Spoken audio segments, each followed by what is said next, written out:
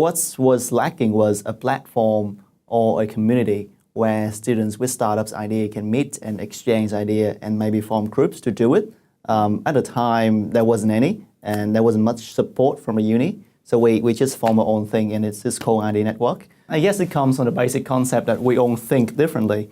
We all have different perspectives on an idea. So by talking to other people, you broaden your understanding of the problem you're trying to solve. You develop it further, and you, at the same time, you're also validating your idea. Entrepreneurship is fascinating in a way that it's a practice where we constantly look out and question ourselves, what is the problems that people are facing? How significant is the problem? It means that how painful is it for people? And what can we do about it? How many people are suffering from it? And once we figure out all that and we build something, maybe a solution for it, we've got to ask ourselves, okay, now we have the solution. What are we going to do to make it sustainable? So it's just not really about the money for me. It's more about problem solving and building something that creates values for people. So AirFood is a platform for food ordering and delivery on campus. We built AirFood because we realized that at our group meetings for studying, of course, we always ask the last people to arrive to pick up the food for us, and maybe we pay them something later.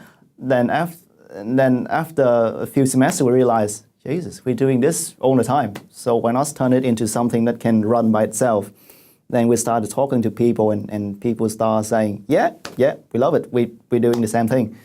And it dawned on us at the time of the competition that after talking to faculty, staff, and students that there's a need out there for this platform. So we just decided, okay, people need it. Why don't we just build it ourselves?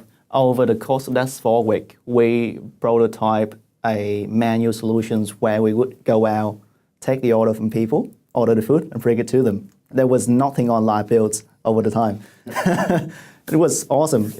We got to talk to a lot of faculty, staff, and a lot of students, learn a lot about dealing with customers. At the same time, like I said, that's also customer validation. The idea about the delivery side wasn't there when we started it, but after a while, people started to love it more than the ordering side, so we added that part in. At the end of the day, so after a month, I think we talked to about 100 students or so and 30 faculty staff. I guess if you think about something entirely in your head, build it, not talking to anyone, it's never going to work. So the idea of building something and the value of building something by brute force and iterate through it is you learn along the way. You learn what works, you learn what doesn't, and it's not really about getting to a point. It's more about a journey that along that journey you keep adding values to people by constantly getting feedback from them, and that's very, very, very valuable for a startup. It's actually the core of a startup.